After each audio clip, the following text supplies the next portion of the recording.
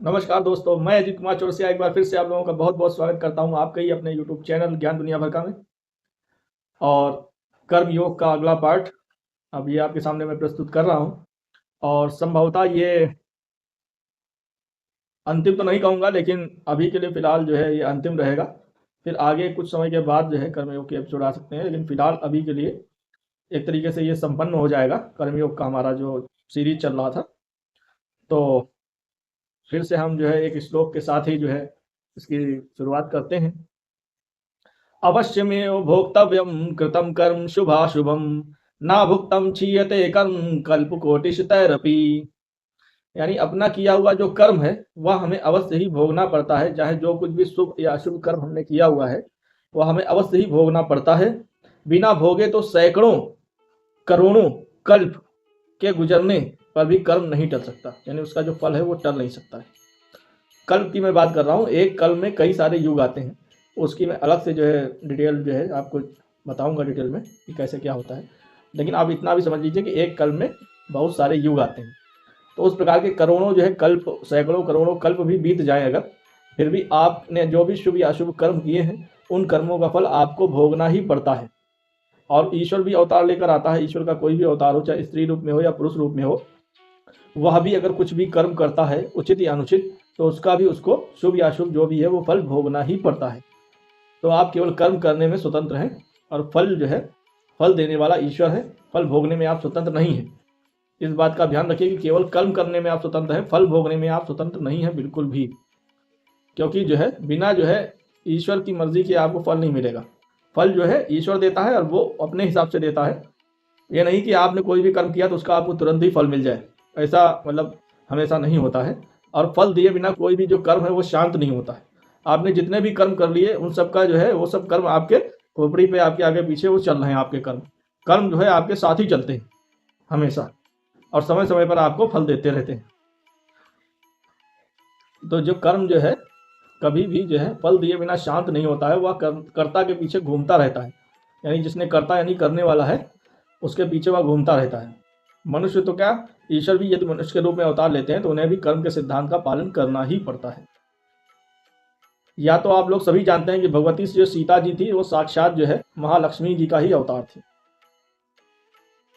फिर भी उन्हें अपने कर्म का फल भोगना पड़ा लोकापवाद के कारण। यानी लोगों में जब चर्चा हुई, बदनामी हुई, तो भगवान श्री राम ने उनका त्याग कर दिया। उस समय वे गर्भवती थी, ये सभी आप लोग जानते होंगे। लेकिन उनका कर्म क्या था जिसकी वजह से भगवान श्री राम ने उनका त्याग किया, ये शायद आपको घटना नहीं पता होगी।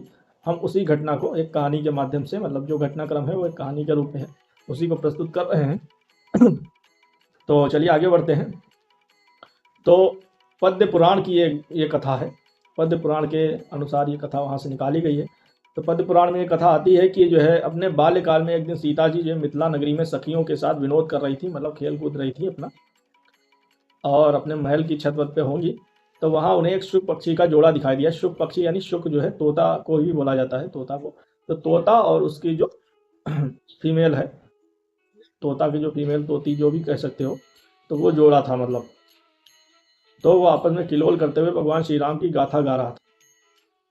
पृथ्वी पर श्री राम नाम से बड़े प्रसिद्ध एक सुंदर राजा होंगे और उनकी महारानी जो सीता के नाम से विख्यात होंगी। श्री रामचंद्र जी बड़े बलवान और बुद्धिमान तथा समस्त राजाओं को वश में रखने वाले होंगे और सीता जी के साथ 11,000 वर्षों तक राज्य करेंगे। धन्य है श्री राम, धन्य है श्री राम। परम मनोहर रूप धारण करने वाली वे जानकी देवी भी धन्य हैं जो श्री रघुनाथ जी के साथ प्रसन्नतापूर्वक विहार करेंगी। तो अपना व श्री राम जी का चरित्र सुनकर सीता जी ने सखियों से कहा, कुछ भी करके इन पक्षियों को पकड़ के ले आओ। क्योंकि सीता जी कुछ 5-7 वर्ष की या 10 वर्ष की रही होंगी, एग्जैक्ट उम्र का वर्णन नहीं है। अब सोचिए कि वो सुख पक्षी जो है वो कैसे जो है ये वर्णन कर रहे हैं या कैसे गा रहे हैं। तो उस जमाने में पशु पक्षी जो है थोड़ा एडवांस लेवल पे थे, और मनुष्य पशु अपने संकल्प से अगर चाहे तो पशु पक्षियों की भाषा को समझ सकता था और उन्हें जवाब भी दे सकता था। प्लस ये जो शुक का जोड़ा था ये वाल्मीकि जी के आश्रम जहाँ था वन में, वहाँ आश्रम में वो रहता था जोड़ा। और वाल्मीकि जी ने भगवान श्री राम के जन्म के 100 वर्ष पहले रामायण की रचना कर दी थी। राम से या विष्णु से पूछने नहीं गए थे कि तुम क्या करोगे।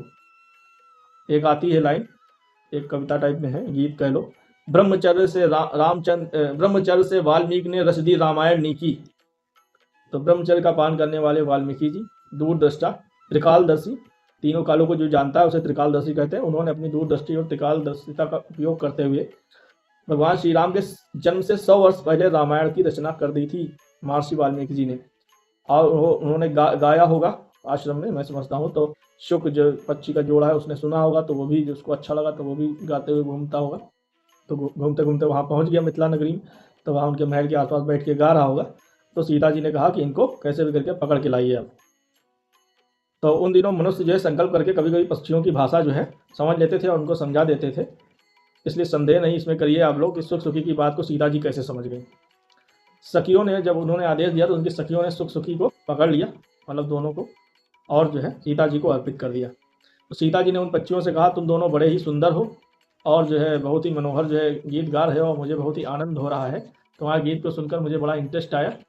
और जो है उनसे जो है मतलब कि तरह तरह के जो है प्रश्न करने लगी, और उनसे यह भी कहा कि देखो डरना नहीं, मुझे बताओ कि तुम कौन हो और कहाँ से आए हो, राम कौन है और सीता कौन है, तुम्हें उनकी जानकारी कहाँ से मिली, तुम मेरी तरफ से निर्भीक रहो और मुझे जो है सारी बातें बताओ। मैं तुम्हें फंसाकर तंग नहीं करना चाहती हूँ, किंतु तुमने गाथा ही ऐसी गाई है जिससे मेरा मन जो है हर लिया है, यानी मेरा मन जो है हर लिया, यानी चुरा लिया जिसे कहते हैं लोग। तो सीता जी के इस प्रकार प्रेम पूर्वक प्रश्न करने पर उन्होंने कहा देवी हम महर्षि वाल्मीकि के आश्रम में रहते हैं, वे त्रिकाल ज्ञानी हैं, उन्होंने रामायण नामक एक ग्रंथ बनाया है, उसकी कथा मन को बड़ी प्रिय लगती है। अपने पर अन्याय होने पर भी दूसरों पर अन्याय ना करने वाले श्री राम जी की लीला एवं समता के विषय में सुनते सुनते हमारा चित्त बड़ा प्रसन्न होता है, इसलिए हम आपस में उसी की चर्चा कर रहे थे, तुम भी उसे ध्यानपूर्वक सुनो। भगवान विष्णु अपने तेज से 4 अंश में प्रकट होंगे, राम लक्ष्मण भरत और शत्रुघ्न के रूप में वे अवधपुरी में अवतरित होंगे।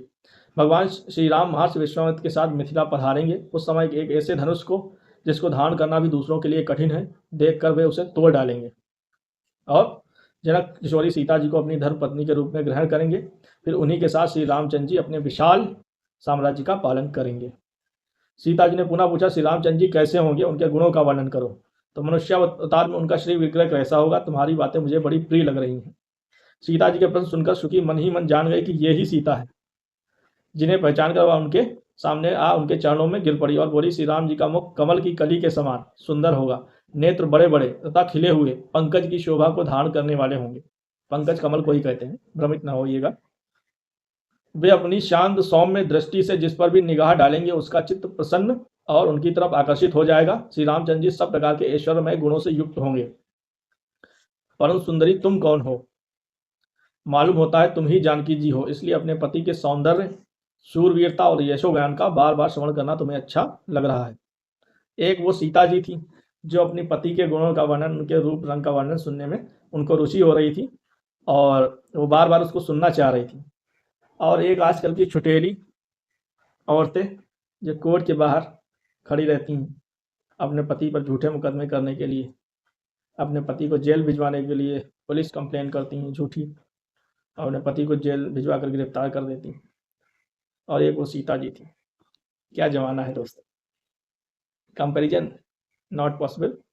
लेकिन स्त्री का स्तर इतना ज़्यादा गिर जाएगा, और अभी गिर रहा है, मतलब आप देखिए कैसे, मतलब और ये कोर्टों में बैठे हुए मूर्ख जज, इन्होंने उसके स्तर को गिराने में उसकी मदद की है, उसको कानूनी रूप से मजबूत बना करके। खैर उसका टॉपिक अलग है, कभी उस टॉपिक पर एक डिटेल वीडियो आ भी जाएगी, अगर आना होगा आप लोग कमेंट करिएगा चाहिए अगर तो सीता जी से जब उसने ऐसा कहा तो सीता जी का सिर जो है लज्जा से नीचे हो गया, और लज्जा प्रदर्शित करते हुए सीता जी ने मीठी मुस्कान के साथ कहा कि तुम ठीक कहती हो, मेरे मन को लुभाने वाले श्री राम जब यहाँ आकर मुझे स्वीकार करेंगे तभी मैं तुम दोनों को छोड़ूंगी। सीता जी ने उन दोनों को पिंजड़े में कैद कर लिया, अन्यथा नहीं, तुमने अपने वचनों से मेरे मन में लोभ उत्पन्न कर दिया है, और अब तुम इच्छानुसार क्रीड़ा करते हुए मेरे महल में सुख से रहो और मीठे मीठे पदार्थों का सेवन करो।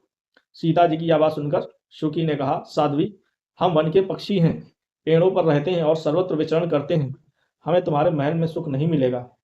मैं गर्भिणी हूँ।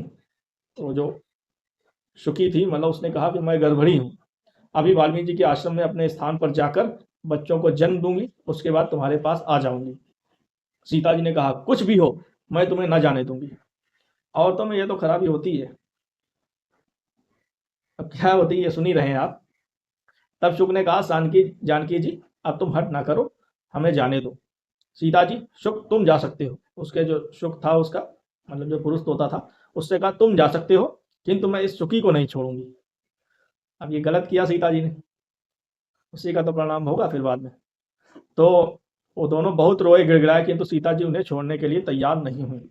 यह सुनकर शुक दुखी हो गया। उसने करुणायुक्त वाणी में कहा, योगी लोग जो कहते हैं वह ठीक ही कहते हैं, किसी से कुछ ना कहें, मौन होकर रहें, नहीं तो उन्मत्त प्राणी अपने वचन रूपी दोष के कारण ही दुख पाता है। अब ये दोनों जब जो वहाँ गाते घूम रहे थे, अब गाते गाते वहां पहुंच गए। अगर ये लोग गाते ही नहीं तो फिर मतलब कि ये क्या कैसे पकड़े जाते। तो वचन रूपी दोष इन्होंने मतलब किया ना कि बोला। तो आवश्यक बोलना तो ठीक है, लेकिन अनावश्यक अगर कोई बोल रहा है तो उसको नुकसान भी उठाना पड़ता है, तो बंधन में पड़ता है। यदि हम इस पर्वत पर बैठकर यहाँ वार्तालाप ना करते तो हमें यह बंधन कैसे प्राप्त होता। उस शुक ने कहा, इसलिए मौन ही रहना चाहिए। आप लोग भी मौन रहा कीजिए।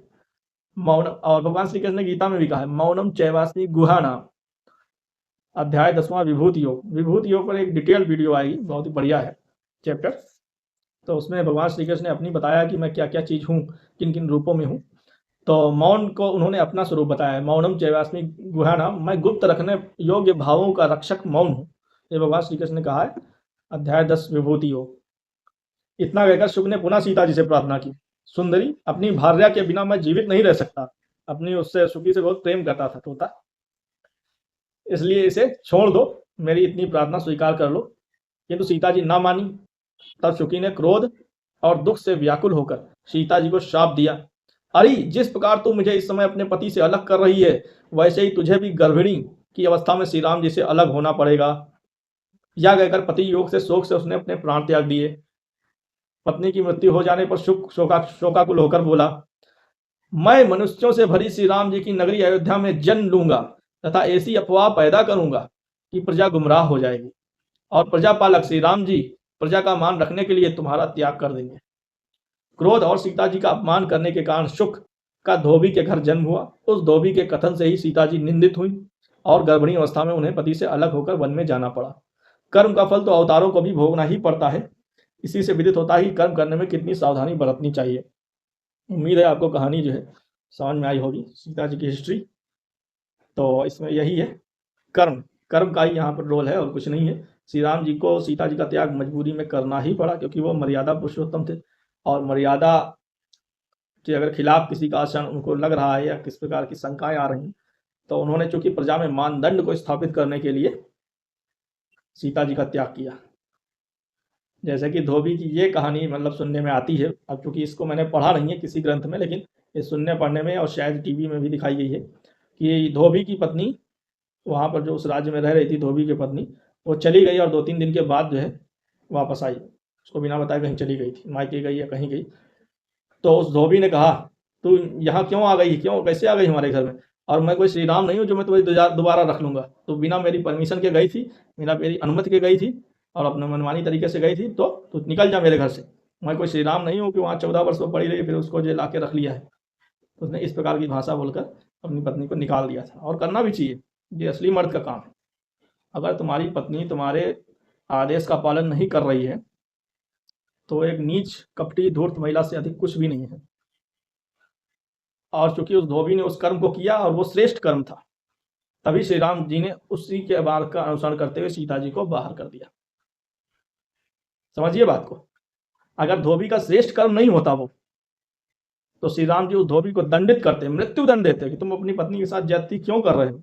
वो पत्नी का पक्ष लेते, अरे ये तो महिला है, महिला है, महिला है, महिला है भाई, महिला है तो क्या कपार में बैठ के मुँहते की महिला है। महिला होने क्या मतलब है, कोई सभ्यता संस्कृति नाम की चीज रहेगी कि नहीं रहेगी महिला होने का मतलब। तो वो आजकल के जजों को क्या मालूम, जो सुप्रीम कोर्ट के बैठ के कानून पास करते रहते हैं उल्टे सीधे और मजबूती दे रहे हैं इन मूर्ख औरतों को। मैं सभी को नहीं कह रहा हूँ, लेकिन 99% तो आज के टाइम में ऐसे ही हैं। ऐसा मेरा मानना है, मेरा विचार है। आप लोगों का विचार क्या है कमेंट करिएगा। तो अब आज इस बात को समझिए कि धोबी ने जो बात कही अपनी पत्नी को, उसे घर से बाहर निकाल दिया, उस बात को श्री राम ने फॉलो किया कि नहीं किया। उस बात को श्री राम ने फॉलो करके सीता जी को निकाला। एक तो ये पॉइंट ऑफ हो गया, और दूसरा ये कर्म, सीता जी ने कर्म किया था तो उसका फल मिला उनको। दोनों पॉइंट ऑफ व्यू को देखें। लेकिन श्री राम के विवेक की अगर बात करें तो श्री राम का विवेक तो उस बात को दर्शा रहा है कि अगर धोबी ने अपनी पत्नी को निकाला है घर से बाहर और उसको फॉलो करते हुए श्री राम जी ने पत्नी को अपने बाहर निकाला है। क्योंकि अगर धोबी ने गलत काम किया होता तो श्री राम जी कहते तू अपनी पत्नी के साथ गलत क्यों कर रहा है, वो महिला बेचारी कहाँ जाएगी, चली गई बिना बताए तो चली गई 2-3 दिन के लिए, क्या दिक्कत है, रख उसको, नहीं तो मैं तुझे जेल में डाल दूंगा, मृत्युदंड दूंगा। भाई राजा थे, कुछ भी कर सकते थे। तो समझिएगा, अगर कोई ज्ञानी हो तो कमेंट करके बताइएगा मैं सही बोल रहा हूँ गलत बोल रहा हूँ। ठीक है, वीडियो को देखने के लिए बहुत बहुत धन्यवाद। भगवान करे आपका दिन बहुत ही ज़्यादा शुभ हो। मिलते हैं अगली वीडियो में एक नए टॉपिक के साथ। कर्म योग का टॉपिक लगभग मेरे हिसाब से समाप्त हो रहा है, संपन्न हो रहा है, फिर आगे भी आ सकती हैं वीडियो, लेकिन फिलहाल के लिए अभी संपन्न है। ठीक है, नमस्कार।